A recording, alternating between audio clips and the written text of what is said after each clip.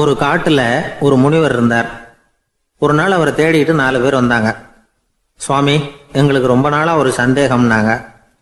என்னன்னு கேட்டார். இந்த உலகத்துல எவ்வளவோ காரியங்கள் நடக்குது, எது நியாயம் எது அநியாயம் அப்படின்னு புரிஞ்சுக்க முடியலன்னாங்க. அது யாராலையும் புரிஞ்சுக்க முடியாதுன்னார் முனிவர். வந்தவங்களுக்கு ஆச்சரியமா போச்சு, ஒரு மாதிரியா பார்த்தாங்க. இதை முனிவர் கவனிச்சார். சரி, புறப்படுங்க என்னோடன்னார். எங்கன்னு கேட்டாங்க. இப்போ உங்க 4 பேரையும் ஒரு புஷ்பக விமானத்தில் அழைச்சிட்டு போறேன். இந்த உலகத்தில் சர்வசாதாரணமா நடக்கக்கூடிய ஒரு காட்சியை உங்களுக்கு காட்ட போறேன். நீங்க பார்க்க போற அந்த காட்சி நியாயமா அநியாயமா அப்படிங்கிறத என்கிட்ட சொல்லணும். நீங்க சரியான பதில் சொன்னா புஷ்பக விமானத்தில் தொடர்ந்து பிரயாணம் பண்ணலாம். தவறான பதில் சொன்னா இந்த புஷ்பக விமானம் உங்களை கீழே தள்ளி விட்டுரும் அப்படின்னார். 4 பேருக்கும் பயம்தான். இருந்தாலும் முனிவர் கூப்பிடுறாரு அப்படின்னு சொல்லி புறப்பட்டாங்க. அவங்க எல்லாரும் புறப்பட்டு ஒரு காட்டு வழியாக போய்கிட்டு இருக்கிறாங்க புஷ்பக விமானத்தில். அங்கே நடக்கிற ஒரு காட்சியை காட்டுறார் முனிவர். அதோ அங்கே பாருங்கன்னார். அந்த விமானத்தில் இருந்தபடியே எல்லாரும் கீழே குனிஞ்சு பார்க்குறாங்க. அங்கே ஒரு தாய் புலி அப்போ தான் குட்டி போட்டிருக்கு. குட்டிகளை ஈன்ற உடனே பசிக்கு இறை தேடி அந்த பக்கமாக வருது. அதே நேரம் ஒரு தாய் மான், அதுவும் அப்போ தான் குட்டி போட்டிருக்கு. அதுவும் இதே மாதிரி குட்டிகளை ஈன்ற உடனே பசிக்கு இறை தேடி அந்த பக்கமாக வருது. இப்போ அந்த புலி அந்த மானை அடித்து போட்டுடுது. அதுவும் சாப்பிடுது, குட்டிகளுக்கும் கொடுக்குது. இப்போ அந்த புலிக்குட்டிகள் முகத்தில் மகிழ்ச்சி, தாயை இழந்த அந்த மான் குட்டிகள் முகத்தில் துக்கம். இப்போ அந்த முனிவர் 4 பேர்கிட்டையும் கேட்குறார், நீங்கள் இங்கே பார்த்தீங்களே, இதில் எது நியாயம் எது அநியாயம்? ஒவ்வொருத்தராக சொல்லுங்கள். உங்கள் பதில் சரியில்லைன்னா இந்த விமானம் உங்களை கீழே தள்ளி விட்டுரும். சொல்லுங்கள் பார்க்கலாம்னார். முதல்ல ஒருத்தன் சொன்னான், அந்த புலி செஞ்சது சரிதாங்க. அது பசிக்கு அதுதான் ஆகாரம். தன்னுடைய பசிக்கு தானே இறை தேடிக்கிட்டுது. அதில் என்ன தப்பு? அவ்வளவுதான். அதனால் புலி செஞ்சது நியாயம்தான் அப்படின்னா. அவ்வளவுதான், அந்த விமானம் அவனை அப்படியே கீழே தள்ளி விட்டுட்டுது. அதனால் அவன் கொடுத்த பதில் சரியில்லை அப்படிங்கிறது புரிஞ்சு போச்சு. இப்போ 2வது ஆள் சொன்னான், புலி செஞ்சது பாவம். அந்த தாய்மான் என்ன தப்பு பண்ணிச்சு? இப்போ அந்த குட்டிகளுக்கு யார் ஆதரவு? அதனால் புலி செஞ்சது அநியாயம் அப்படின்னா. அவ்வளவுதான், அவனையும் கீழே தள்ளி விட்டுடுது அந்த விமானம். இந்த பதிலும் சரியில்லை அப்படின்னு ஆயிட்டுது. இப்போ 3வது ஆள் வந்தான். முதல்ல 2 பேர் கீழே விழுந்ததை பார்த்துக்கிட்டு இருந்தான். அதனால் அவன் சொன்னான், ரெண்டுமே நியாயம்தாங்க. புலி இறை தேடினதும் இயற்கை, அதுக்கு மான் இறையானதும் இயற்கை. அதனால் இதில் ஒன்றும் தப்பு இல்லைன்னா. அவ்வளவுதான், அவனையும் அந்த விமானம் கீழே பிடிச்சி தள்ளி விட்டுது. இப்போ 4வது ஆள் வந்தான். முனிவர் கேட்டார், நீயாவது சொல்லுப்பா, இந்த செயலில் எது நியாயம்னார். அவன் தெளிவாக பதில் சொன்னான். அதாவது என்ன சொன்னான்னா, எனக்கு தெரியல அப்படின்னா. அவனை விமானம் கீழே தள்ளலை, சௌரியமாக அழைச்சிட்டு போட்டுது. இவனும் பிரயாணம் சௌக்கியமாக பண்ணானான். ஆக இதுதான் சரியான பதிலுங்கிறத முனிவர் உணர்த்தினார். இந்த கதையிலிருந்து நாம் புரிஞ்சுக்க வேண்டியது என்னன்னா, இந்த உலகத்தில் எவ்வளவோ காரியங்கள் நடக்குது. அதெல்லாம் ஏன் அப்படி நடக்குதுங்கிறதுக்கு எப்பேற்பட்ட பண்டிதராலும் பதில் சொல்ல முடியாது. தெரியாததை தெரியாதுன்னு ஒத்துக்கிட்டா வாழ்க்கை பிரயாணம் சுகமாக இருக்கும். அதனால் தேவையில்லாத விஷயங்களை புரிஞ்சுக்கிறதுக்கு நேரத்தை செலவு பண்ணிகிட்டு இருக்கக்கூடாது. வாழ்க்கையை குழப்பிக்க கூடாது. வாழ்க்கைக்கு தேவையானது என்னவோ அதை மட்டும் புரிஞ்சுக்கிட்டா போதும். இந்த காலத்து ஆள் ஒருத்தன் ஒரு பெரியவரை தேடி வந்தான். ஐயா, ஒரு சந்தேகம்னா. என்ன உன்னுடைய சந்தேகம்னார். பகுத்தறிவுன்னா என்ன, விதின்னா என்ன அப்படின்னு கேட்டான்.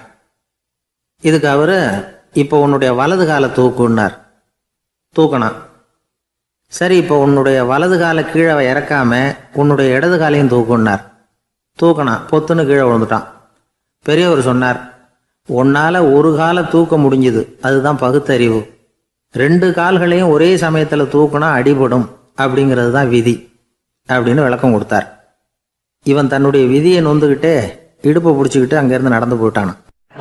பக்தின்னு சொல்கிறோம் இல்லையா, அது 3 வகைப்படும் அப்படிங்கிறார் ஒரு பெரியவர். அது என்ன 3 வகைன்னா, தெய்வ பக்தி, அடியார்கள் பக்தி, குரு பக்தி.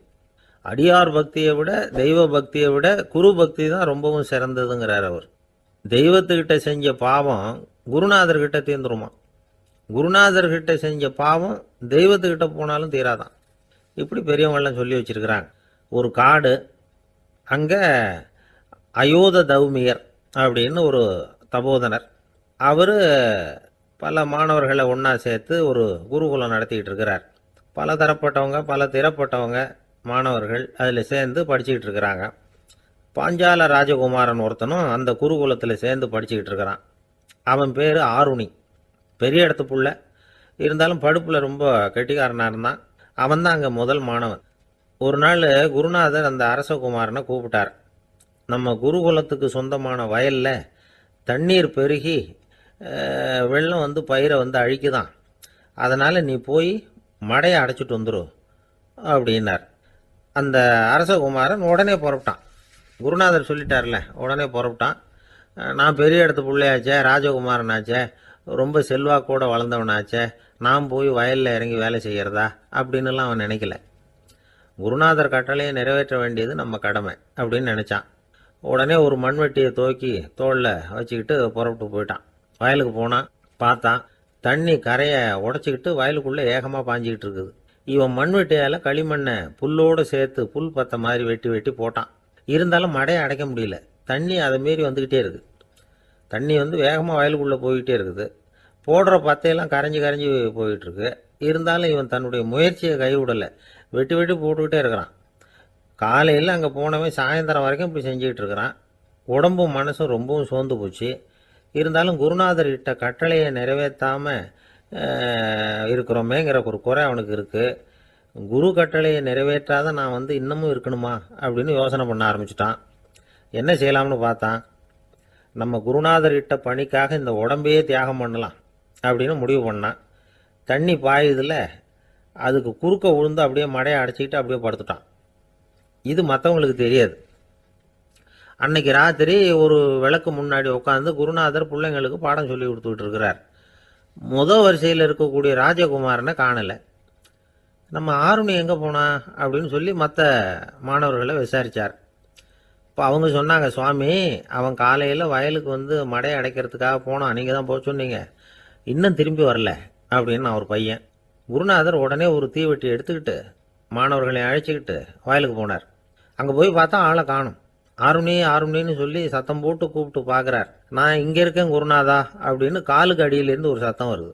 குனிஞ்சு பார்த்தா அவன் மடையில் படுத்துருக்குறான். என்னப்பா இதுன்னார். காலையிலேருந்து இந்த மடையை அடைச்சி பார்த்தேன் சுவாமி, முடியல, அதனால் இப்படி குறுக்க படுத்துட்டேன். என்னை தாண்டறதுக்கு பயந்து போய் தண்ணியே தேங்கி நின்றுட்டுது அப்படின்னா. அவனுடைய குரு பக்தியையும் அவனை தாண்டறதுக்கு அஞ்சு நிற்கிற தண்ணி தேக்கத்தையும் பார்த்துட்டு எல்லாரும் ரொம்ப ஆச்சரியப்பட்டு போயிட்டாங்களாம். ஆருணி எழுந்திரிச்சு வா அப்படின்னு கூப்பிட்டாரான் குருநாதர். அவன் தண்ணீரை பொழந்துக்கிட்டு எழுந்திரிச்சு வந்தானான். அதனால் அவனுக்கு வந்து உத்தாலகன் அப்படின்னு ஒரு பேர். உத்தாலகன்னா தண்ணீரை பிளந்தவன் அர்த்தம். அந்த உத்தாலகன் மாதிரி இந்த காலத்து மாணவர்களுக்கும் குரு பக்தி வேணும் அப்படின்னு சொன்னோம் ஒரு பள்ளிக்கூடத்தில். உடனே நிறைய மாணவர்கள் எழுந்திரிச்சு நின்னாங்க. சார், நீங்கள் எங்களை வந்து இன்னமும் சரியாக புரிஞ்சுக்கலன்னு நினைக்கிறோம். அன்னைக்காவது ஒருத்தன் அப்படி இருந்தான், இன்னைக்கு ஏகப்பட்ட உத்தாலகர்கள் இருக்கிறோம்.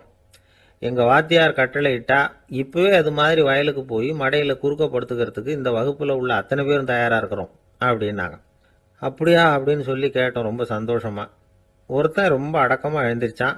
அப்புறம் சொன்னான், ஆமாம் சார், வகுப்பில் வந்து இவர் நடத்துகிற பாடத்தை கேட்டுக்கிட்டு இருக்கிறத விட பேசாமல் போய் மடையில் படுத்துடுறது ஒன்றும் கஷ்டமான காரியமாக இருக்காது, அதனால தான் எல்லாரும் அங்கே போகிறேன்னு சொல்கிறோம் அப்படிங்கிறான். ஒரு ஊரில் ஒரு ராஜா இருந்தார். அந்த ராஜாவுக்கு ஒரு மந்திரி. ராஜா ரொம்ப நியாயமானவர், நேர்மையானவர், கண்டிப்பானவர். தப்பு செய்கிறது யாராக இருந்தாலும் தண்டனை கொடுப்பார். வேண்டியவங்களுக்கு ஒரு நியாயம், வேண்டாதவங்களுக்கு ஒரு நியாயங்கிறதெல்லாம் அவர்கிட்ட கிடையாது. ஒரு சமயம் அரசவையில் அந்த அமைச்சரே வந்து விதிமுறைகளுக்கு புறம்பா ஏதோ நடந்துகிட்டு இருக்கார். மன்னருக்கு கோபம் வந்துட்டுது. உடனே அந்த அமைச்சரை கிட்டத்தில் கூப்பிட்டு அவர் கன்னத்தில் ஓங்கி ஒரு அறை கொடுத்துட்டாராம். உடனே அந்த அமைச்சர் என்ன பண்ணார் தெரியுமா, நேராக போனார். அங்கே நின்றுக்கிட்டு இருந்த இன்னொருத்தர் கன்னத்தில் ஓங்கி அரைஞ்சார். அறை வாங்கினவர் திகைச்சு போயிட்டார். இவர் ஏன் நம்மளை வந்து அரைகிறார் அப்படின்னு யோசனை பண்ணார். மன்னரும் திகைச்சு போயிட்டார். நாம இவரை அரைஞ்சா அதுக்காக இவர் போய் இன்னொருத்தரை அரையணுமா அப்படின்னு யோசனை பண்ணார். அவர் இவருக்கு என்ன பைத்தியமானு கூட நினைக்க ஆரம்பிச்சுட்டார்.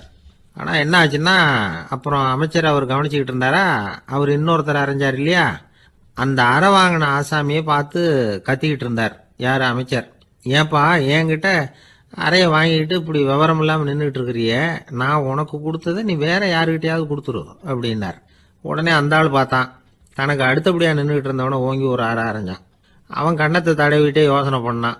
இது ஏதோ புரிஞ்சுக்கிட்ட மாதிரி அடுத்தாப்புல நின்றுக்கிட்டு இருந்தவனை அரைஞ்சான். இப்படி இந்த அறை மாறி மாறி போய்கிட்டே இருக்குது. ஊரு பூரா பிரயாணம் பண்ண ஆரம்பிச்சுட்டுது. அன்னைக்கு ராத்திரி அந்த ராஜா படுக்கிறதுக்காக போனார். அந்த நேரம் பார்த்து அவர் கன்னத்தில் பலார்னு ஒரு அறை விழுந்தது. நம்மளே அறையிறது யாரு அப்படின்னு அதிர்ச்சியோட மன்னர் திரும்பி பார்க்கறாரு. அரைஞ்சது அவரோட மனைவி. என்னாச்சு உனக்குன்னு கத்துனார் ராஜா. உங்களுக்கு தெரியாதா, ஊர் பூரா ஒருத்தர் மாற்றி ஒருத்தர் மூலமா இந்த அறை பிரயாணம் பண்ணிட்டு வருது அப்படின்னாங்க அந்த அம்மா. அப்படின்னா ஆரம்பிச்ச இடத்துக்கே வந்துட்டுதா அப்படின்னாராம் மன்னர். என்ன சொல்றீங்கன்னு கேட்டிருக்காங்க. இவர் விவரத்தை சொன்னாராம். அப்படின்னா நீங்க ஆரம்பிச்சு வச்ச இந்த விளையாட்டை நான் முடிச்சு வச்சுட்டேன் அப்படின்னாங்களாம் அந்த அம்மா. மறுநாள் காலை மறுபடியும் அரசவை கூடிச்சு அந்த அமைச்சர் மன்னரை பார்த்து கேட்டார். என்ன மகாராஜா, என்கிட்ட கொடுத்ததை திருப்பி வாங்கிட்டீங்களா அப்படின்னாராம். இப்படி நடக்கும்னு நான் எதிர்பார்க்கவே இல்லைன்னார் மன்னர். ஆனால் நான் எதிர்பார்த்தேன். அது எங்கே போயிட போகுது, ஊர் பூரா சுற்றி கடைசியில் உங்ககிட்ட தான் வந்து சேரும் அப்படிங்கிறது எனக்கு தெரியும் அப்படின்னார் அமைச்சர். இந்த கதை வேடிக்கையாக இருந்தால் கூட இதில் உள்ள கருத்து முக்கியமானது. இந்த உலகத்தில் பல கருத்துக்கள் இப்படி தான் மாறி மாறி சுற்றி வந்துக்கிட்டே இருக்குது. நம்மளும் ஒருத்தன் தன்னுடைய நண்பன் ஒருத்தனை கடத்தெருவில் பார்த்தான். உடனே ஓடி போய் பலார்னு ஒரு அறை கொடுத்தானா. அவன் கன்னத்தை தடவிட்டு ஏன்டா என்ன அரைஞ்சேன்னு கேட்டிருக்கான். நீ ஏன்டா என்ன முட்டாள்னு என் மனைவிட்ட போய் சொன்னேன் அப்படின்ட்டுருக்கான் அவன். உன்னை ஒரு முட்டாள்னு சொன்னதுக்காகவா நீ என்ன அரைஞ்ச அப்படின்னு கேட்டிருக்கான் இவன். டேய், நான் அதுக்காக அறையலப்பா, அது ஒரு பெரிய ரகசியம். நான் முட்டாளுங்கிறது அந்த ரகசியத்தை நீ ஏன் எங்கள் வீட்டில் போய் சொன்னேன், அதுக்காக தான் அரைஞ்சேன் அப்படின்னு நான். துருக்மேனியாவில் அஷ்காபாத் அப்படின்னு ஒரு நகரத்தில் ஒரு புவியியல் விஞ்ஞானி இருந்தார். அவர் ஒரு நாய்க்குட்டி வளர்த்தார். ஒரு நாள் முன்னிரவு நேரம் ஒரு மேஜைக்கு முன்னாடி உட்காந்து அந்த விஞ்ஞானி ஏதோ கணக்கு போட்டுக்கிட்டு இருக்கிறார். அவருக்கு ஒரு சின்ன பெண் குழந்தை, அது தொட்டிலில் தூங்கிட்டு இருக்குது. அந்த நாய்க்குட்டியும் ஒரு மூலையில் படுத்து அது பாட்டுக்கு தூங்கிட்டு இருந்தது. ஒரே அமைதி. அந்த நேரத்தில் திடீர்னு அந்த நாய்க்குட்டி துள்ளி எழுந்திரிச்சது. நேராக குழந்தைகிட்ட ஓடிச்சு. அந்த குழந்தைய அது போட்டிருந்த ட்ரெஸ்ஸோடு சேர்த்து கவ்வி தூக்குச்சு. தூக்கிக்கிட்டு வாசல் பக்கம் ஓடிச்சு. நாய்க்குட்டி குழந்தைய கவ்வி தூக்க முடியுமாங்கிற சந்தேகம் உங்களுக்கு இல்லையா? நீங்கள் நம்ம ஊர் நாய்க்குட்டியவே பார்த்து பழக்கப்பட்டிருக்கீங்க. அதனால் நம்புறதுக்கு சிரமமாக இருக்கும். அந்த ஊர்லெலாம் அது ரொம்ப ஸ்ட்ராங்காக இருக்கும். ஒரு ஏதோ கண்ணுக்குட்டி மாதிரி இருக்கும்.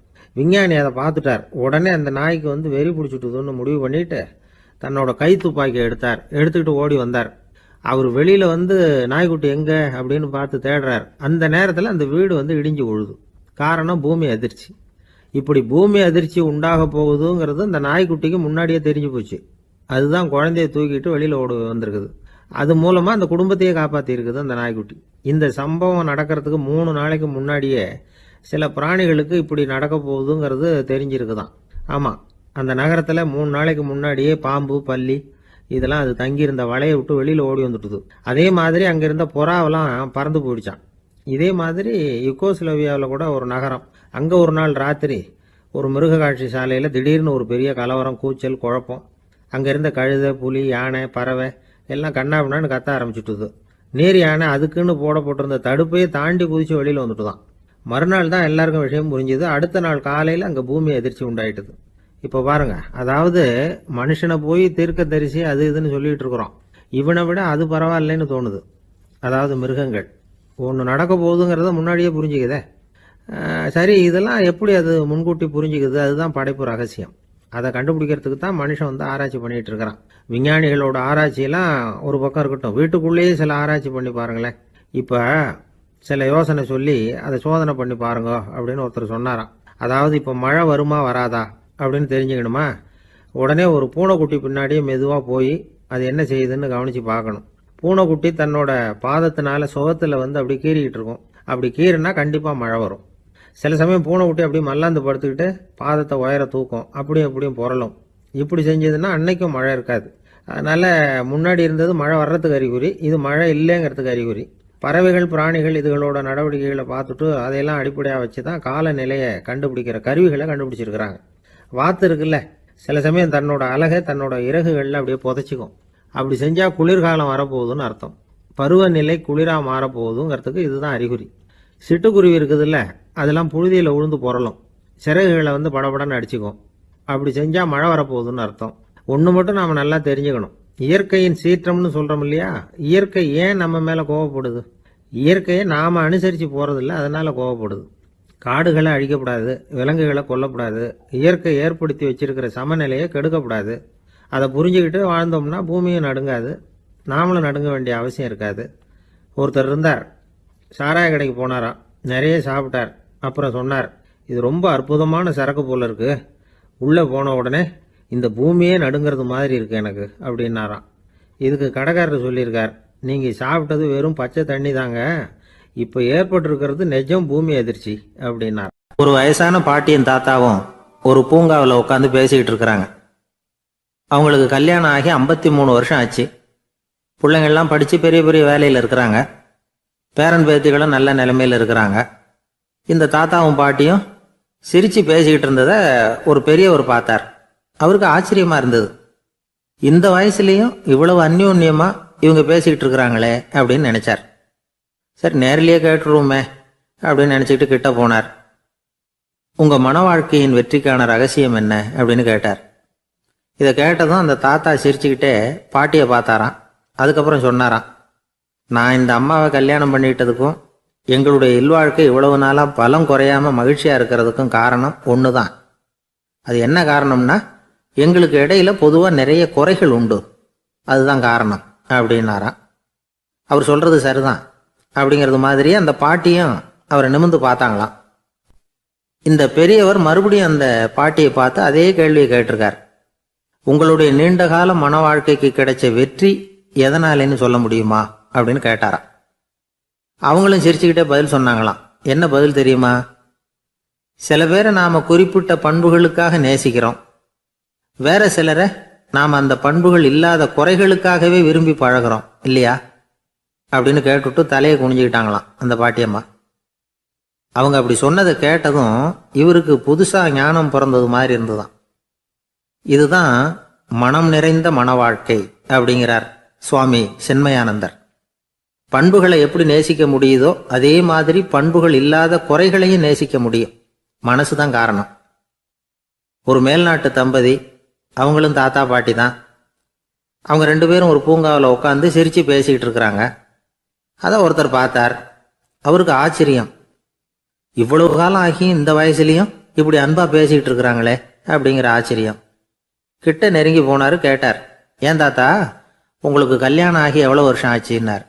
55 வருஷம் ஆச்சுன்னாராம் அவர். இன்னமும் இவ்வளவு சந்தோஷமா இருக்கிறீங்களே, அதுக்கு என்ன காரணம்னு கேட்டிருக்கார். அதுக்கு என்ன காரணம்னா, இதுவரைக்கும் எங்களுக்குள்ள சண்டையே வந்ததில்லை அப்படின்னாராம். அது எப்படி முடியும்னு கேட்டிருக்கார் இவர் ஆச்சரியமா. அந்த தாத்தா சொல்ல ஆரம்பிச்சாராம், இதை பாருப்பா, எங்களுக்கு கல்யாணம் ஆன புதுசில் நானும் என்னுடைய மனைவியும் ஒரு குதிரை மேலே ஏறி ஒரு காட்டு வழியாக போய்கிட்டு இருந்தோம். கொஞ்சம் தூரம் போனதும் அந்த குதிரை எடக்கு பண்ணிச்சு. நான் உடனே கீழே இறங்கி அந்த குதிரையை பார்த்து, இது உனக்கு முதல் தடவை அப்படின்னு மிரட்டலாக சொல்லிவிட்டு ஏறி உக்காந்தேன். மறுபடியும் போனோம். கொஞ்சம் தூரம் குதிரை நல்லபடியாக நடந்து போச்சு. மறுபடியும் எடக்கு பண்ண ஆரம்பிச்சுட்டுது. நான் கீழே இறங்கினேன். கையில் இருந்த சாட்டையால் ஓங்கி ஒரு அடி கொடுத்தேன். இது உனக்கு 2வது தடவை அப்படின்னு சொல்லிவிட்டு ஏறி உக்காந்தேன். மறுபடியும் குதிரை கொஞ்சம் தூரம் நல்ல விதமாக நடந்து போச்சு. அப்புறமும் எடக்கு பண்ண ஆரம்பிச்சுட்டுது. அந்த சமயத்தில் ஒரு ஆற்று பாலத்தை கடந்து போய்கிட்டு இருக்கிறோம். நான் கீழே இறங்கினேன். என்னுடைய மனைவியையும் கீழே இறங்க சொன்னேன். அந்த குதிரையை பிடிச்சி அப்படியே ஆற்றுல தள்ளி விட்டுட்டேன். தள்ளி விட்டுட்டு, இது உனக்கு கடைசி தடவை அப்படின்னு சொன்னேன். அதை பார்த்ததும் என் மனைவி பதறி போயிட்டாங்க. போய், ஐயோ பாவம், என்ன இப்படி பண்ணிவிட்டீங்க, உங்களுக்கு மனசில் கொஞ்சம் கூட இறக்கமே இல்லையா அப்படின்னாங்க. நான் மெதுவாக இவங்க பக்கம் திரும்பி, இது உனக்கு முதல் தடவை அப்படின்னேன். அவ்வளவுதான். அன்னையிலேருந்து இன்னைய வரைக்கும் ஒரு நாள் கூட எங்களுக்குள்ள சண்டையே வந்ததில்லை அப்படின்னு விளக்கம் கொடுத்தார் அந்த தாத்தா. ஒரு ஊரில் ஒரு பெரியவர் இருந்தார். ஒரு நாள் அவரை தேடி ஒருத்தர் வந்தார். ஐயா, நான் கடவுளை பரிபூர்ணமாக நம்புகிறேன் அப்படின்னார். சரி, அந்த நம்பிக்கை உனக்கு எப்படி வந்ததுன்னு கேட்டார் இவர். அவர் சொல்ல ஆரம்பித்தார், ஐயா, எனக்கு கல்யாணம் ஆகி 10 வருஷம் ஆச்சு, ஆனாலும் குழந்தை பாக்கியம் இல்லை. அதுக்கு என்ன காரணமாக இருக்கும்னு நான் யோசனை பண்ணிகிட்டு இருந்தப்போ நண்பர் ஒருத்தர் ஒரு ஆலோசனை சொன்னார். உனக்கு மதப்பற்று இல்லை, எந்த கடவுளையுமே நம்ப மாட்டேங்கிற, அதுதான் காரணம். கடவுளை நம்பு, உனக்கு குழந்தை பாக்கியம் கிடைக்கும் அப்படின்னார். அவர் அப்படி சொன்னாரே தவிர எனக்கு சந்தேகம்தான். இருந்தாலும் அவர் சொன்னபடியும் நடந்து தான் பார்ப்போமே அப்படின்னு முடிவு பண்ணேன். கடவுளை நம்ப ஆரம்பித்தேன். அந்த வருஷமே அழகான ஆண் குழந்தை பிறந்தது, எல்லாம் இறைவன் அருள் அப்படின்னார். இவர் இப்படி சொன்னதை கேட்டதும் அந்த பெரியவர் சொன்னார், நீ சொல்றதெல்லாம் சரிதான், இருந்தாலும் இந்த காலத்தில் எந்த ஒரு காரியமாக இருந்தாலும் அதை சோதனை செஞ்சு பார்த்துட்டு தான் ஒரு முடிவுக்கு வந்து சேர முடியும். அறிவுபூர்வமான முடிவு அதுவாக தான் இருக்கும். அறிவியல் சோதனைகள் அப்படித்தான். ஒரு குறிப்பிட்ட விஷயத்தை பற்றி எத்தனை தடவை சோதனை பண்ணாலும் ஒரே முடிவு தான் கிடைக்கணும், அதுதான் சரியாக இருக்கும். அதனால் இப்போ மறுபடியும் ஒரு சோதனைன்னார். என்ன செய்யணும் அப்படின்னு கேட்டார் இவர். கடவுள்கிட்ட ஒரு பெண் குழந்தை வேணும்னு கேளு. முதல்ல ஆண் குழந்தையை கொடுத்தது மாதிரியே இப்போ ஒரு பெண் குழந்தையையும் கொடுக்குறாரா பார்க்கலாம் அப்படின்னார். சரின்னு சொல்லி இவர் அதே மாதிரி முயற்சி பண்ணினார். அதுக்கப்புறம் அவர் இந்த பெரியவர்கிட்ட வரவே இல்லை. கொஞ்ச காலம் கழித்து இவரே அவரை தேடிக்கிட்டு போய் கதவை தட்டினார். அவர் கதவை திறந்தார். என்ன ஆச்சு, கடவுள் கண் திறந்தாரா அப்படின்னு கேட்டார். அவர், அந்த சமாச்சாரம்லாம் நமக்கு வேணாம் சார், முதல் தடவை அது ஏதோ தற்செயலாக ஏற்பட்ட ஒரு சாதகம். இப்போ நீங்கள் 2வது தடவை சொன்ன பிறகு தினமும் கடவுளை வேண்டிக்கிட்டு தான் இருக்கிறேன், ஒன்றும் நடக்கலை அப்படின்னார் ரொம்ப விரக்தியாக. ஒரே ஒரு தோல்வியில் உங்கள் நம்பிக்கையெல்லாம் பறந்து போயிடுது பார்த்தீங்களா அப்படின்னார் அந்த பெரியவர். எல்லாம் நல்ல விதமாக நடக்கிற வரைக்கும் நம்பிக்கை, எதிர்பார்த்தது தோல்வியில் முடிஞ்சுட்டுதுன்னா அவநம்பிக்கை. மற்றவர்கள் பேரில் வைக்கிற நம்பிக்கை எந்த நேரத்திலையும் விவகாரமாகி விடக்கூடிய சாத்தியம் உண்டு. நாம் நம்பிக்கை வைக்க வேண்டியது நம்ம கிட்ட தான், நமக்குள்ளே இருக்கிறார் கடவுள். எனவே நம்ம பேரில் நாம் வைக்கிற நம்பிக்கை தான் உண்மையான கடவுள் பக்தி. நிபந்தனையற்ற நம்பிக்கையாக அது இருக்கணும். எல்லாம் நல்லபடியாக நடந்துக்கிட்டு இருந்தால் எந்த முட்டாளுக்கும் நம்பிக்கை வரத்தான் செய்யும் அப்படிங்கிறது ஒரு பெரியவர் கருத்து. தியானத்தின் மூலமாக தான் உனக்குள்ள ஆழமாக தோண்டுனா உன்னுடைய அடி ஆழத்தில் நம்பிக்கை வந்து அப்படி ஊற்றெடுக்கும், அதை பார்க்க முடியும் அப்படிங்கிறது பெரியவர்கள் சிந்தனை. ஒரு குழந்தை அப்பாவை பார்த்து என்னப்பா பண்ணுறேன்னு கேட்டுதான். பிரார்த்தனை பண்ணிட்டு இருக்கிறேன்னாரான் அப்பா. பிரார்த்தனை பண்ணுனா என்ன கிடைக்கும் அப்படின்னு கேட்டுதான் குழந்தை. எல்லாம் கிடைக்கும் அப்படின்னாரான் அப்பா. நீ வச்சிருக்கிறிய பேனா அது கூட கிடைக்குமான்னு கேட்டுதான் குழந்தை. கிடைக்குமேன்னு இருக்கார். அப்படின்னா அந்த பேனாவை என்கிட்ட கொடுத்துரு, நீ பிரார்த்தனை பண்ணி வேற பேனா வாங்கிக்கோ அப்படின்னு தான் அந்த குழந்தை. ஒரு ஆள் வேகமாக நடந்து போய்கிட்டு இருந்தான். அவன் வேகமாக நடக்கிறதுக்கு காரணம் வெயில் காலம், காலில் செருப்பு இல்லை, மணல் பாதை, அதுதான் வேகம். காலில் செருப்பும் இல்லாமல் கையில் குடையும் இல்லாமல் அந்த ஆள் வெயிலில் நடந்து போய்கிட்டு இருக்கிறான். அந்த சமயத்தில் இன்னொருத்தன் குதிரை மேலே ஏறி அந்த வழியாக வந்துக்கிட்டு இருக்கிறான். அவன் காலில் செருப்பும் இருந்தது, கையில் குடையும் இருந்தது. நடந்து போய்கிட்டு இருந்தவன் அந்த குதிரை ஆசாமியை பார்த்து கேட்டான், ஐயா, நீங்களும் குதிரை மேலே உட்காந்துக்கிட்டு போய்கிட்டு இருக்கிறீங்க, அப்படி இருக்கிறப்போ உங்களுக்கு அந்த செருப்பு என்னத்துக்கு, அதை எனக்கு கொடுத்து உதவலாமே அப்படின்னா. குதிரை மேலே உட்காந்துருந்தவன் யோசனை பண்ணி பார்த்தான். இவன் சொல்கிறது நியாயம்தானே அப்படின்னு சொல்லி தன்னுடைய செருப்பை கழட்டி அந்த வழிப்போக்கனுக்கு கொடுத்துட்டான். ரொம்ப நல்லதுங்க அப்படின்னு சொல்லி இவன் அதை வாங்கி காலில் மாட்டிக்கிட்டான். அதுக்கப்புறம் மறுபடியும் இவன் ஆரம்பித்தான், ஐயா, நீங்கள் குதிரையில் போகிறதுனால போக வேண்டிய இடத்துக்கு வேகமாக போய் சேர்ந்துருவீங்க, அதனால் உங்கள் கையில் அந்த குடை என்னத்துக்கு, நான் நடந்து போயிட்டுருக்கிறவன் ரொம்ப நேரம் நடக்க வேண்டியிருக்கும் இந்த வெயிலில், அதனால் அந்த குடையையும் எனக்கு கொடுங்களேன் அப்படின்னா. குதிரை வீரன் யோசனை பண்ணி பார்த்தான், இதுவும் நியாயம்தானே அப்படின்னு அவனுக்கு தோணுச்சு. உடனே இறக்கப்பட்டு தன் காலில் இருந்த செருப்பை கொடுத்தது மாதிரியே தன் கையில் இருந்த கொடையையும் இவங்கிட்ட கொடுத்துட்டான். அதுக்கப்புறம் அவன் நிம்மதியாக புறப்பட்டான். இப்போ மறுபடியும் கை தட்டி அவனை நிறுத்தினான். கீழே நின்றுட்டு இருந்தவன், என்னப்பா ஏன் என்ன நிறுத்தினேன், இன்னும் ஏதாவது வேணுமா உனக்கு அப்படின்னா குதிரையில் இருந்தவன். இவன் மெதுவாக வாயை திறந்து அந்த குதிரையையும் என்கிட்ட கொடுத்துருங்களேன்னா. அந்த குதிரை வீரன் இப்போ ஒரு கணம் யோசனை பண்ணி பார்த்தான். உடனே என்ன பண்ணான் தெரியுமா, தன்கிட்ட இருந்த குதிரை சவுக்கை எடுத்தான். குதிரை சவுக்கால் அந்த ஆளை வாங்குவாங்கன்னு வீசி தள்ளிவிட்டான். இவ்வளவு சவுக்கடியும் வாங்கிக்கிட்டு இந்த ஆள் என்ன பண்ணான் தெரியுமா, சிரிக்கிறான். அடி வாங்கிட்டு யாராவது சிரிப்பாங்களா? குதிரை வீரனுக்கு ஒன்றும் புரியல. என்னப்பா அது, ஏன் இப்படி அடி வாங்கிட்டு இப்படி சிரிக்கிறியே அப்படின்னு கேட்டான். இப்போ அந்த வழிப்போக்கன் சொல்கிறான், ஐயா, நான் இப்படி சிரிக்கிறதுக்கு காரணம் இருக்கு. இப்படி குதிரை கேட்டு உங்ககிட்ட அடி வாங்கலைன்னு வச்சுக்கோங்க, என் உயிர் உள்ள வரைக்கும் மனசில் ஒரு தவிப்பு இருந்துக்கிட்டே இருக்கும். செருப்பையும் கொடையையும் கேட்ட உடனே கொடுத்தவன் குதிரையையும் கேட்டிருந்தா கொடுத்துருப்பானோ அப்படிங்கிற பேராசையில் ஏங்கிக்கிட்டே இருந்திருப்பேன். இப்போ உங்ககிட்ட அடி வாங்கின பிறகு என்னுடைய அந்த சந்தேகம் தீர்ந்து போச்சு. என்னுடைய ஆசைக்கு எல்லை எது அப்படிங்கிறத எனக்கு புரிஞ்சுட்டுது அப்படின்னு சொல்லிவிட்டு அவன் நடக்க ஆரம்பிச்சிட்டானான்.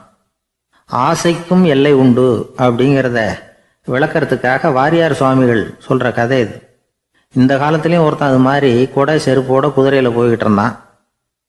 எதிரில் நடந்து வந்தவன், ஐயா உங்க கொடையை எனக்கு கொடுங்களேன்னு கேட்டான். உடனே அவன் குதிரையிலிருந்து கீழே குதிச்சு அவனை சாட்டையால் அடிக்க ஆரம்பிச்சிட்டான். இன்னொருத்தர் அந்த வழியா வந்தவர் இதை பார்த்தார். ஏன்பா அவன் கேட்டான், உன்னால முடியலன்னா இல்லைன்னு சொல்லிட வேண்டியது தானே, அதுக்காக ஏன் இப்படி அவனை போட்டு அடிக்கிறேன்னு கேட்டார். உங்களுக்கு விவரம் புரியாது சார், காலம் ரொம்ப கெட்டு போச்சு. கேட்டதை கொடுத்தேன்னு வச்சுக்கோங்க, இந்த குதிரையே என்னோடது, அவன் திருடிக்கிட்டு போறான் அப்படின்னு என் பேரில் புகார் கொடுக்க ஆரம்பிச்சிருவான் சார் அப்படின்னா. அது எப்படி அவ்வளவு உறுதியாக சொல்றேன்னு கேட்டார் அவர். ஏற்கனவே அது மாதிரி ஒருத்தன் பேரில் புகார் கொடுத்துட்டு தான் இந்த குதிரையை நான் தள்ளிட்டு வந்துகிட்டு இருக்கிறேன் அப்படின்னார். ஒரு ஊர்ல ஒரு குரு இருந்தார், ஜென் குரு. அவரை தேடிட்டு ஒரு மன்னர் வந்தார். வந்தவர் ஜப்பான் மன்னர். தோட்டக்கலையை பத்தி தெரிஞ்சுட்டு போறதுக்காக அவர் வந்தார். எப்படி தோட்டம் அமைக்கிறது அப்படிங்கிறத பத்தி அந்த குரு விவரமா சொல்லி கொடுத்தாரு. ஒரு நாள் 2 நாள் இல்லை, 3 வருஷம் கற்றுக் கொடுத்தார். அதுக்கப்புறம் சொன்னார், நான் கற்றுக் கொடுத்துட்டேன், இனிமேல் நீங்கள் போகலாம், போய் தோட்டம் அமைக்கலாம். அதுதான் உங்களுக்கு பரீட்சை. தோட்டம் அமைச்ச பிறகு சொல்லி அனுப்புங்க, நான் வந்து பார்க்குறேன். நீங்கள் இங்கே என்னவெல்லாம் கற்றுக்கிட்டீங்களோ அதையெல்லாம் அங்கே செயல்முறையில் செஞ்சு காட்டுங்க அப்படின்னு சொல்லி அனுப்பி வச்சார். மன்னர் போனார்.